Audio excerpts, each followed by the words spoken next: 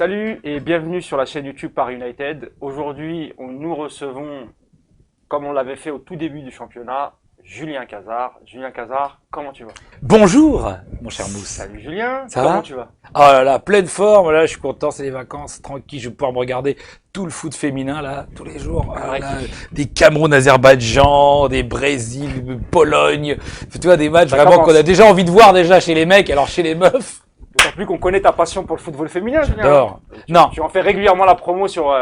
je suis un des rares mecs à assumer de ne pas regarder ce truc, alors que tout le monde se pignole, alors que personne regarde. Les gens ne regardent pas. Quand il y a les matchs de l'équipe de France, il y a des millions de personnes qui font des barbecues en même temps, qui mettent ça en fond, parce que c'est sympa, c'est champestre, personne ne regarde les matchs. Alors moi, attention, je soutiens les meufs parce que je les trouve sympas. Ouais. Vraiment, j'en connais plusieurs, et donc je leur souhaite de gagner. Ah bah, Je ne évidemment. regarde pas, c'est tout. Évidemment. Mais je leur souhaite de gagner. Je vous embrasse les filles, gagnez. Moi, je m'en fous, mais je vous souhaite de gagner. Ça, c'est dit. Parce que tu sais ce qui va se passer. Le lendemain de la finale, même si on gagne, ça va faire comme dans Men in Black, avec le stylo. On aura tous oublié. Donc on rappelle qu'on est le 21 juin, fête de la musique. Bien sûr, c'est fête, de enfin, fête. l'été. Fête, défaite, on sait pas trop. Compris, hein. Voilà. Voilà. Et donc, on va revenir sur la fin de saison du Paris Saint-Germain. Magnifique. On s'était vu, Julien, au début de saison, Mm. en plein mois d'août, belle journée pour un PSG avant un PSG Angers. J'y croyais, ouais. Voilà, on avait plein d'espoir. C'était le début de saison. On s'est dit, Les c'est éternels cette année. cocus. Ouais. Qu'est-ce qui s'est passé, Julien? Dis-nous tout. Eh ben, je pense qu'on est des éternels cocus, qu'à chaque fois qu'on y croit et qu'on se croit, à partir du moment où on se trouve trop beau, c'est là qu'on tombe. Ouais. Je pense qu'on est vraiment, on est les cocus de l'histoire, on est les cocus de ce sport. Il en fallait un, c'est nous. Voilà, c'est nous. Après, peut-être que tous les résultats qu'on avait étaient des caches-misères par rapport à un problème structurel du club qu'on a toujours vu en fait. On a, à chaque fois, on en parlait entre nous, on disait ouais, mais peut-être que cette année, c'est comme si l'opération du Saint-Esprit allait faire que les trucs qui allaient pas, finalement, tout d'un coup, ça allait changer. Tout d'un coup, Verratti allait boire de l'eau d'Évian. Tout d'un coup, Thiago Silva allait avoir des nerfs d'acier. Tout d'un coup, tout allait arriver de manière naturelle, voire Thomas naturel. J'ai envie de dire. Et en fait, ben non. On rappelle quand même que la première partie de saison, en tout cas, on va parler déjà de pour la phase de poule de Ligue des Champions. Ça avait très très mal démarré, on va pas se le cacher. On a même eu peur à un moment de finir en Ligue Europa voire pire, sortir carrément des deux Coupes d'Europe. Il y a eu un espoir sur la phase retour, où là le PSG s'est réveillé et on a vu quand même un grand PSG et on a fini premier du groupe. Donc Ah bah oui, oui. est-ce que la question c'est, on a mal démarré, on a mieux fini. À partir de là, est-ce que toi, ton espoir il était vraiment... Mais mec, moi quand j'étais à Manchester, mais j'étais à Manchester, j'ai passé la nuit à chambrer les mecs, en oubliant que j'avais fait pareil à Barcelone. Tu vois, le mec, complètement demeuré, qui apprend pas des leçons du passé. Je les ai chambrés. On s'est foutu de la gueule des mecs je faisais des vidéos, je me foutais de la gueule des supporters de Manchester dans la rue Tu après le avais fait match. le déplacement, Julien, du coup. J'ai fait le déplacement et tout, et j'ai failli me battre avec un supporter de Manchester United. Carrément. Le pire, oui, c'est parti en baston parce que le mec, quand je me foutais de sa gueule sur la défaite, ça le dérangeait pas. Mais après, pour déconner, je lui ai dit non, je t'ai pas vu à l'Etihad, t'es pas pour City. Alors là, par contre, c'est énervé, c'est parti en couille. Je l'ai attrapé par le callback. C'était tellement minable notre baston que ses potes l'ont dit viens, on se barre. Ils ont même pas D'accord. voulu se battre tellement c'était nul. C'était une baston nulle, c'est nul. Tu n'as pas insisté. Je ne mérite pas d'être un Hulse. Donc du coup, en quittant Manchester, pour toi, tu t'es dit bon, voilà, c'est réglé. Oui, on mais va c'est aller au marrant. parc, Je me suis dit ça, mais quand le match démarre, je suis avec mes potes avec qui je suis depuis le début et on avait vécu la remontada, tout machin de ça. Et mon pote me dit, Lionel Dutemple, je ne citerai pas trop tard, qui est un ancien auteur des Guignols, qui me dit, ah, franchement, là, Juju, t'es d'accord que là, on ne craint rien. Enfin, moi, c'est marrant, j'ai peur de rien. Je dis, moi non plus, mais si on prend un but au bout de 2 minutes, est-ce que t'auras pas peur? Il dit, ouais, mais toi, tout de suite, et on prend un but au bout de 2 minutes. scénario, d'ailleurs, quasiment le même scénario similaire que tu as vécu à Barcelone. Exactement. Lors du match retour. Et en fait, on a une capacité, tu sais, un peu, je pense qu'on est comme des gens qui ont vécu un crash.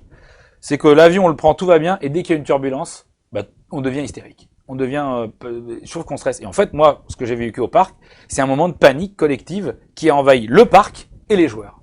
C'est-à-dire qu'il n'y avait aucune raison. Parce que c'est même pas comme la remontada ou Dembaba avec Chelsea. Il y avait zéro pression. Les mecs, ils avaient accepté de perdre. Ils ne jouaient pas. Ils n'attaquaient pas. Il se passait rien. Mais on a l'impression que c'était inéluctable. La flip. Et quand le mec, il doit siffler un péno, bah, il voit tout un stade qui est d'accord pour le péno. Donc, il dit, bah, vous voulez le péno? Bah oui. Mais comment t'expliques sur ce match-là, d'ailleurs, au Parc des Princes, la défaite 3-1, comment t'expliques que les deux erreurs qui amènent les deux premiers buts, elles sont dues à deux joueurs qui n'ont absolument pas fait partie du match contre Barcelone. C'est Thilo Kehrer pour le premier but, où il fait la passe en retrait qui amène, et on va dire un mélange de Buffon sur le deuxième but. Non, mais Buffon, il est responsable sur plein de buts. Je pense que Buffon, en fait, le problème, c'est que Buffon, il est en fin de carrière depuis 2 ans, on va dire. Sauf que il était dans ses petits souliers. Il était à la Juve. Il était tranquille. Il avait Bonucci, Barzali, Chiellini, même si la dernière année, bon. Plus un milieu de terrain qui est... Voilà. Setekov, il était dans une structure comme Lizarazu au Bayern, tu sais, où il était au top, il arrivait à Marseille. Et en une année, il avait l'air cataclysmique parce que tu sors de ton confort. Et quand tu es en fin de carrière, sortir de ton confort, c'est très dangereux. Parce que là, tout d'un coup, tu t'aperçois de ton vrai niveau. Je pense que le pauvre Buffon, il a fait l'année de trop. Et que là, voilà, il était pas serein. Et que je pense que la défense parisienne t'enlève cette sérénité. Je pense qu'ils arrivent à propager le stress. C'est-à-dire que Thiago Silva, avec tout le respect pour ce qu'il a fait au PSG, je pense qu'il propage un stress. Moi, je sais que j'ai vu, quand il y avait la remontada, Thomas Meunier hurler sur Thiago Silva pour dire arrête. Nous, on le voyait, il disait arrête, tu nous rends fous. En fait, il rend fou, il fait reculer l'équipe, il stresse tout le monde. Et il y a un match, moi, qui a été qu'on oublie parce qu'on a fait un bon résultat, c'est Naples. Naples, pendant 1 heure, on les balade chez eux. On les balade. Ouais, il y a que 10 minutes où ils mettent le bouillon. 10 minutes. Il y a une super première mi-temps de Neymar à Naples. La deuxième, elle est un peu moins bonne. Oui, mais il y a que 10 minutes où ils nous mettent le bouillon. Ouais. Et ces 10 minutes-là, ils égalisent. Et qu'est-ce qui se passe? Et je vous demande de revoir ces 10 minutes. Messieurs, dames. Thiago Silva, il perd 5 ou 6 fois la balle à 1 mètre. Le mec, le roi de la relance, hein, en panique totale. Thiago Silva, il est en panique. Et je me rappelle que dans le temps, on se dit, mais qu'est-ce qui lui arrive? Ça y est, ça recommence. Et ça avait l'air inéluctable. Et à un moment donné, qui c'est qui fait une passe moisie vers l'arrière à Buffon, qui le pauvre met 8 heures avant de sortir de sa cage? Thiago Silva, penalty. Donc à un moment donné, c'est-à-dire que tu as une espèce de mémoire de forme, comme un coussin de mémoire de forme, qui fait que dès qu'il y a un moment donné de panique, tu sais que toi, tu vas te prendre un but. Tu vas pas supporter ces moments de panique. Tu vas pas le gérer. Tu vas pas gérer 15 minutes. Non. Toi, tu vas... Donc, le problème, c'est ça. C'est que même quand t'es pas en danger, tu crées la panique tout seul. Et moi, pour moi, elle s'est sabordée toute seule, l'équipe. Même sans pression de l'adversaire. Oh, c'est Manchester, on va pas y arriver. Oh, on a pris un but. D'autant plus que Manchester avait quand même facilité plus ou moins la tâche, ou en tout cas leur infirmerie, parce que c'était quasiment la classe biberon de Manchester avec 2-3 éléments du match aller. Mais pour moi, c'était pire. Parce qu'on n'avait plus le droit de perdre. Parce qu'en vrai, mais tu le mets avec l'équipe type de Manchester, on les défonce. Normalement. Avec Pogba, on les a défoncés. C'est pas un problème. Mais là, on n'avait plus le droit de perdre. Et c'est là que ça devient la flip. Et je pense qu'on leur a donné une motivation supplémentaire. Lorsqu'ils ont vu le premier but, ils se sont dit là, honnêtement. Mais non, ils ont été nuls. Mais ils ont rien fait.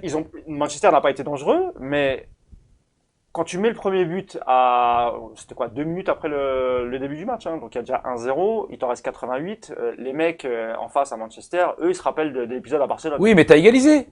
T'as égalisé, sauf que... Mais t'étais pas serein quand même. Mais t'es pas serein parce que déjà l'autre, il tire de loin, son tir là, l'autre, c'est comment il s'appelle, Sterling, sa frappe, il l'attend parce qu'il a pas il sait pas quoi faire avec la balle. Il tente une frappe de merde qui 9 fois sur 10 c'est dans les gants du gardien. Ça, on est d'accord. Qui dans les gants et des bras du gardien devient non, c'est pas Sterling, c'est Rashford. Non, je sais plus lequel c'est. Je les reconnais plus. Les joueurs anglais, ils sont tous pareils. C'est vrai qu'en plus, c'est le même. Ils ont les mêmes têtes, les Rashford, Sterling, Lingard, je les perds tous là. Tu sais, ce jour-là, j'étais au parc. Dans Sterling, il y a City. Honnêtement, j'ai tout oublié. Je perds complètement. Au penalty, j'ai tout oublié. Je suis rentré. Et donc, si tu veux, c'est que c'est Rashford. C'est Rashford. Je sais plus. Bon, on s'en fout. Et donc le mec, il tire et c'est un truc anodin et il relâche Buffon. Et normalement, tu te dis, on a le temps. Sauf que au lieu de se dire, on va les acculer sur leur but, on va les défoncer, on se dit, merde. Et on est dans la gestion du match parce qu'on a peur. Et moi, je me rappelle que au retour des vestiaires, rappelez-vous là, je sais plus dans quelle émission on l'avait montré, je crois que c'est une émission sur Canal, c'est possible, où on montre Thiago Silva qui dans le vestiaire à la mi-temps, il dit, on attend derrière et on joue en contre. Il me semble que c'est dans J+1, non? C'est pas vous qui le mettez. Peut-être dans J+1. On attend derrière, on joue en contre. T'imagines une équipe de merde. Et t'es chez toi. Hein. T'es chez toi. Au lieu de te dire, c'est quoi, on leur rentre dans la gueule, on va leur en mettre 3, ils en mettront peut-être 1, on leur en met 3, c'est réglé, terminé. On attend, on joue en contre. Ça, c'est tout l'état d'esprit qui a créé Thiago Silva dans cette équipe. La flip. Et au final, t'as un tir anodin, mais ça devient le destin. Et tu le provoques. Et puis t'as la décision arbitrale en toute fin de match, qui est, mais honnêtement, encore une fois, la décision arbitrale. Je te donne un exemple. Tu as le Real Madrid, je dis n'importe quoi, le Barça, la Juventus. Il y a un penalty. En fait, le mec la voit pas, mais la VAR lui demande de venir voir. Déjà, tu as le capitaine de l'équipe, il lui hurle dans les oreilles au mec, fais gaffe parce que la décision que tu vas prendre, elle va jouer ta life. Hein. Si tu te plantes, tu vas t'en rendre compte. Parce que tu vas te faire défoncer par la presse et tout. Donc le mec, il stresse. Nous, Thiago Silva, il était dans sa surface de réparation, comme ça. C'est-à-dire qu'il avait accepté Jackie Peno. Donc c'est-à-dire que le public avait accepté Kepeno. Moi, je te le dis. On avait tous accepté Kepeno. Le capitaine avait accepté Kepeno. Le banc avait accepté Kepeno. Les seuls mecs qui mettaient la pression, c'est les mecs de Manchester United. Toi, t'es là, t'es arbitre. Tu siffles ou tu siffles pas? T'as Manchester, le club le plus riche du monde. À côté, t'as Paris, là, les mecs, les Qataris, tout le monde se branle. Qui te mettent zéro pression, avec un public qui a déjà accepté. Mais dans le doute, tu siffles. Tu siffles. À la dernière minute, Bonucci, là, je sais plus contre qui, là, de quel match, je crois que c'est contre l'Atlético Madrid, où Bonucci fait une faute, ouais. Chiellini fait une faute improbable, il met une pression telle que le mec, il va même pas voir la VAR. Ah, non, je vois ce que tu veux dire. C'est-à-dire que je dis c'est que ça, je dis pas qu'il fallait je dis c'est que ça raconte le fait d'abdiquer. Peut-être qu'il aurait quand même sifflé péno, mais on a accepté de perdre avant même que le mec ait sifflé. Mais il y avait un cas similaire cette année en Ligue des Champions où le penalty n'a pas été sifflé. Je sais plus si c'était un match de l'Ajax. Enfin, j'ai plus souvenir, mais il me semble qu'il y a eu un cas similaire après Manchester. Je devais être en quart ou en demi. À peu près le même type d'action et le penalty n'a pas été sifflé. Non, mais un ballon qui arrive derrière, qui tape le coude, mais pas derrière, dans la surface. Nous, on a un mélange de prétention au départ et de flip d'un coup. Parce que si t'es prétentieux, mais que t'as les couilles de tes prétentions, tu tiens. Mais quand t'es prétentieux et que dès qu'il y a un problème, tu flippes, c'est pire que tout. C'est ça l'ambiance Kaira, les mecs qui se la jouent, l'équipe PB, de ça, qui sont gentils dans la vie sûrement. Mais tu sais, ils jouent un peu les durs, tu sais tous, tu vois. Et tu sais, comme Serge Aurier à une époque, ils jouent et ils sont là, ambiance rap, machin de ça. Donc tu joues un peu le cador. Mais si au moment donné où t'as un moment de stress du match, t'assumes pas, c'est pire que si t'avais rien dit. C'est pire que si t'avais pas joué il est gentil Presnel, après il dit ouais, on les a pris de haut. Non mais si tu les avais pris de haut depuis le début jusqu'à la fin, t'aurais pas perdu. Tu les as pris de haut au début, et après t'as fait dans ton ben. Donc le contraste, il est violent. Tu t'es pas préparé à la guerre, et sauf qu'au moment où donné t'as un problème, tu te fais dessus. Donc, voilà, c'est-à-dire que si tu sais que tu vas te faire dessus, alors dès le départ, mets le feu, mec. Et te mets pas dans la position où tu vas te faire dessus. Si tu te la joues, faut que derrière tu puisses assumer. Cristiano Ronaldo, quand il a pris 2-0, au retour, il dit, pas grave, on leur en mettra 3, c'est pas grave. Et il en met 3. Ouais. Il assume. Voilà. Ça marche pas tous les coups, mais au moins, lui, ça marche souvent, quand même, tu vois. Voilà. Ce que je veux dire, c'est qu'à un moment donné, il faut assumer. Et tu sais qu'il y a une stat qui est incroyable. On est l'équipe en Europe qui prend le plus de pénaux. Oui. Mais de loin. Ouais. De loin. Et en Ligue 1, de loin. Mais regarde les grosses défaites qu'on a. Liverpool, on prend un pénal. Lyon, on prend un pénal. Liverpool au retour, on gagne, mais on prend un pénal. Mais Manchester, on prend un pénal. On prend des pénaux. Et on peut en attribuer quelques-uns. Dans les matchs importants, le nombre de pénaux. Le match extraordinaire contre Chelsea où Thiago Silva, mais juste avant, il fait un pénal. Oui. Et Arsenal, pourquoi on n'est pas premier du groupe? Pénal. À l'aller, pénal au retour, il y a un an. C'est soit pénal, soit carton rouge. Contre le Real l'année dernière, on domine, on mène 1-0. Qu'est-ce qui se passe avant la mi-temps? On prend un pénal. Non mais mec, mais quand tu réfléchis, c'est un truc de malade. C'est-à-dire que nous, on prend des pénaux non-stop. Ouais. Je vais te prendre un autre exemple. On se fait éliminer de la Coupe de la Ligue. On prend 3 pénaux. Contre Guingamp. Ils en mettent que 2. Ouais. On en prend 3, mec. Je sais pas si tu avais vu les déclarations après match de celui qui a quitté Guingamp, l'entraîneur. J'ai oublié son nom. Gourvenec. Jocelyn Gourvenec, ouais, c'est ça. Parce que moi, j'étais à la conférence de presse d'après-match. Et 2 fois, il dit ouais, mais c'est surréaliste, 3 penalties dans un même match. Il répète, c'est surréaliste. Mais rappelle-toi, mais déjà, c'est pas nouveau. Van der Wiel, une fois contre Metz, on mène 2-0, il nous crée 2 pénaux avec la même faute. En 10 minutes, on fait 2-2. Mais en fait, quand tu reprends même, là, je prends pas ce match-là parce qu'il est pas important. Mais les matchs importants depuis 2 ans. En Coupe d'Europe et en championnat. C'est penalty ou carton rouge. C'est ça qui nous pénalise. Pénaux. T'as le carton rouge de Verratti face au Real. où on avait un petit espoir. On est à deux si doigts on se de faisait perdre. manger. Mais oui. Voilà, mais bon, on avait quand même un petit dans le foot, on sait jamais, tu vois. D'ailleurs, c'est pour ça, je voulais revenir là-dessus parce que c'est là qu'on a vu au lendemain de cette élimination et cette défaite que le mal était beaucoup plus profond en fait. Et oui. Parce que c'est la fin de saison qui nous le dit ça en fait. C'est là que tu vois en fait, parce que effectivement, imaginons que le VAR dit non, il n'y a pas péno, ok, on annule le penalty, on repousse. se qualifie, voilà. Mais de toute façon, on a vu la suite, les blessés. On a vu que l'état d'esprit n'y était pas du tout finalement. Ouais. Parce que quand tu vois, non, mais ils ont lâché. Ils ont lâché. Voilà, il te reste un trophée à aller chercher. C'est un trophée qui est très important. C'est pas la Coupe de la Ligue, la Coupe de France. Voilà, c'est quand même un trophée qui est très ancien et qui est convoité par tous les clubs. Je peux te dire que la Coupe de la Ligue, il y a certains clubs, quand tu vois les équipes qu'ils envoient, tu te dis bon, c'est pas la priorité, mais pour le PSG, la Coupe de France, c'est très très important. Surtout après ce qu'on a vécu. Voilà. Et quand tu sens que même ça... À 2-0, on se fait remonter et on perd au péno et avec un carton rouge pour Mbappé. C'est incroyable. C'est incroyable. Donc moi, la question c'est, le mal était beaucoup plus profond que ça. C'est pour ça. Et puis moi, je pense qu'il y a un truc qui a changé. C'est qu'on se rassurait depuis 3 ans, parce que depuis 3 ans, le Real gagnait avec Ronaldo. Et on se disait, si tu as Ronaldo ou Messi, tu vas aller au bout. Donc nous, on se dit, si on met Neymar dans les bonnes conditions, aller au bout. Et là, cette année, la claque qu'on prend, c'est que tu as une équipe qui va en finale avec Lucas Moura qui met un triplé, avec Moussa Sissoko qui est milieu de terrain, avec des mecs, t'en prends 2 dans toute l'équipe. Mais même à Liverpool, on peut dire ce qu'on veut. T'échanges qui, à part Van Dijk et 2-3 autres? Aujourd'hui, on peut te dire, mais si, ils sont géniaux. Non, tu prends au départ de l'année, tu prends le gardien. Au départ de l'année, t'en échanges pas la moitié. Ah, ok? ouais, Sauf qu'au final, ils sont en finale, ils gagnent. Tottenham, ils sont en finale, t'en prends 0. À part Lloris, peut-être. Et je veux dire, c'est qu'au début de l'année, tu te dis, mais non, mais, et sauf que, la leçon, c'est, ben aujourd'hui, c'est fini. L'époque PlayStation, c'est terminé. Si t'as pas l'état d'esprit, si t'as pas un effectif qui est à bloc, rideau, tu te fais dégager. Comme le Barça qui a compté sur un mec, au bout d'un moment, à dégagos, quoi. Remontada. D'ailleurs, je tiens à rappeler que le Barça, depuis qu'ils nous en ont mis une, ils en ont pris 2. Chacun sa Ça, c'est réglé. Là, ça, on va, justement, parce que je pense que on a beaucoup critiqué le directeur sportif Antero Henrique, ouais. et je pense que le coach, le technicien allemand Thomas Tuchel a été beaucoup protégé par la presse, en tout cas jusqu'à cette élimination. Est-ce que tu penses pas quand même il a une grosse responsabilité, même si, et je finis là, il a eu quand même pas mal de blessés, etc. Mais tout de même. Alors moi je vais dire oui et non, parce qu'au bout d'un moment il est responsable de facto, et j'aime bien placer du latin.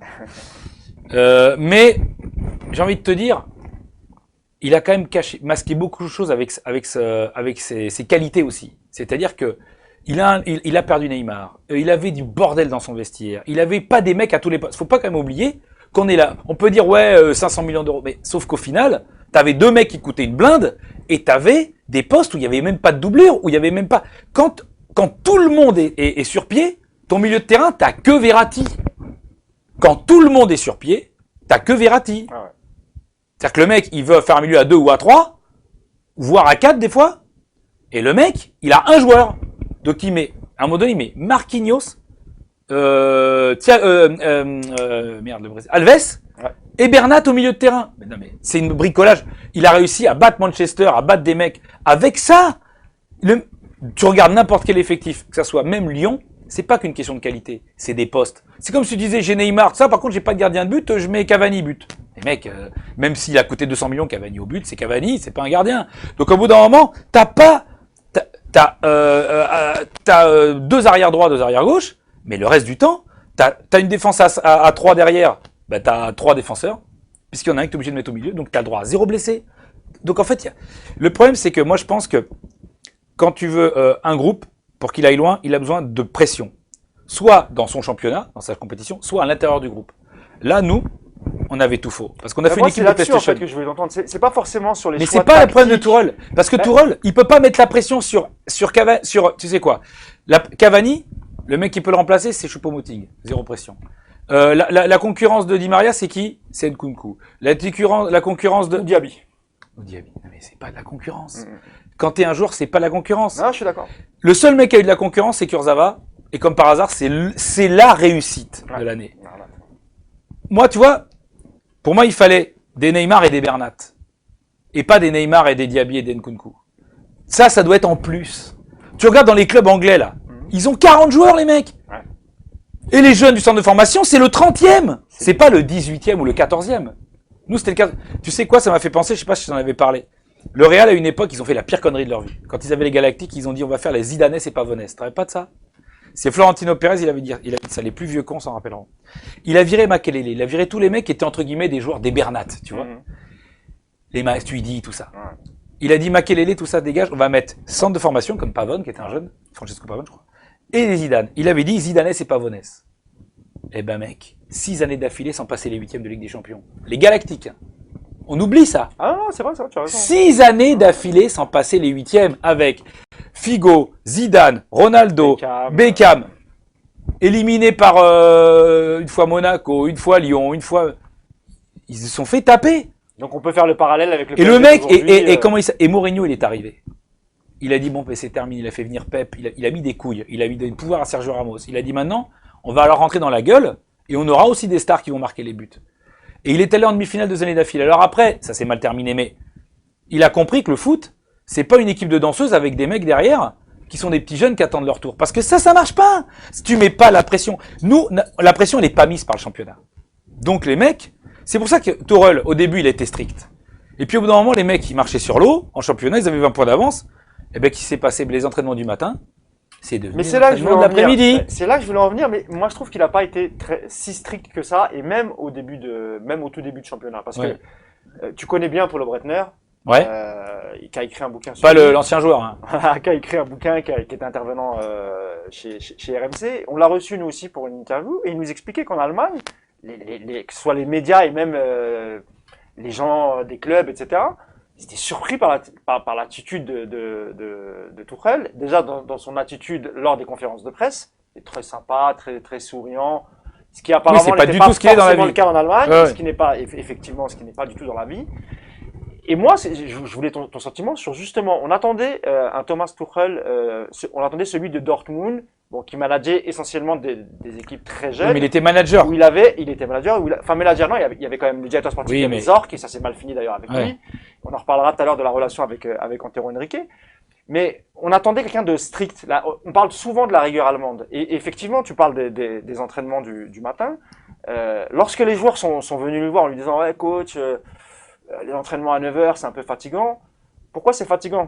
Parce que le mec, à 5h du matin, il sort de boîte, en fait. Bien sûr, mais le problème, c'est que ils sont quelques-uns. Dans un grand club. Mais est-ce que ça t'a pas déçu, ce côté-là? Non, parce que dans un grand club, toujours pareil, l'autorité, c'est pas parce que tu gueules fort. L'autorité, c'est qu'à un moment donné, on te la donne aussi.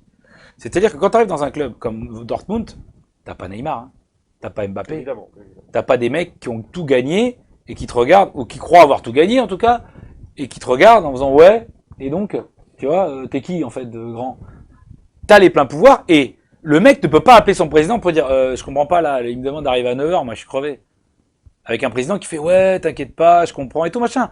Quand tu peux être en direct avec ton président comme si c'était ton pote. Ton autorité, n'importe qui, tu mets n'importe qui, regarde, Bernard Tapie, quand il revient à l'OM, c'est plus le président, c'est Robert Louis Dreyfus. L'aura, elle est disparue. C'est plus pareil.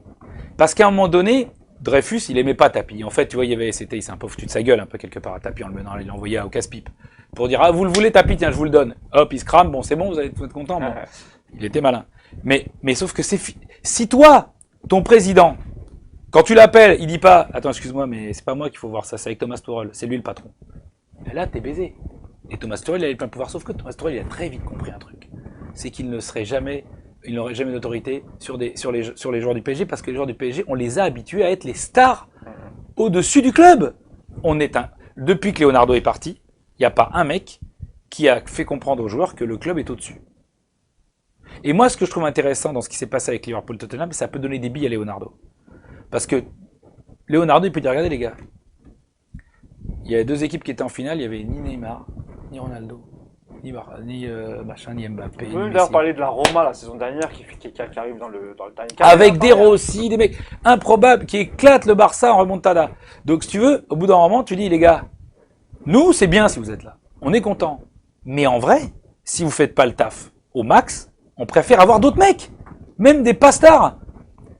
Moi, j'adore Neymar. Mbappé, ils m'ont fait kiffer cette année. Mais si vraiment ils veulent pas rester, bah, salut. Il faut et tant pis, c'est la vie, ça fait partie du jeu, tu vois, parce que nous on était contents qu'ils quittent leur club pour venir chez nous, on va pas faire les, tu vois, les mecs ils disent ouais c'est les salauds, c'était pas un salaud quand il s'est barré de Monaco, Mbappé, tu vois, c'était pas un salaud quand il s'est barré de Barcelone, Neymar, donc c'est pas des salauds, mais moi si le mec dit bon moi je veux pas rester, moi je pense qu'il faut faire comme la Juve. La Juve pourquoi c'est un grand club? C'est pas parce qu'ils sont riches, c'est parce qu'à un moment donné la Juve, ils étaient pas contents, salut. Bah, il place le Zidane, club au-dessus de tout. Pogba, c'est pas grave. Merci. Au revoir. Il n'y a personne dans transfert. Merci, il n'y a pas de problème. Hein. Merci, monsieur. C'était très bien. Au revoir. Et nous, après, si le mec il veut rester, mais on va te supporter comme personne. Mais tu veux t'en aller, on va pas te quémander parce que c'est mort. En fait, tu te tues.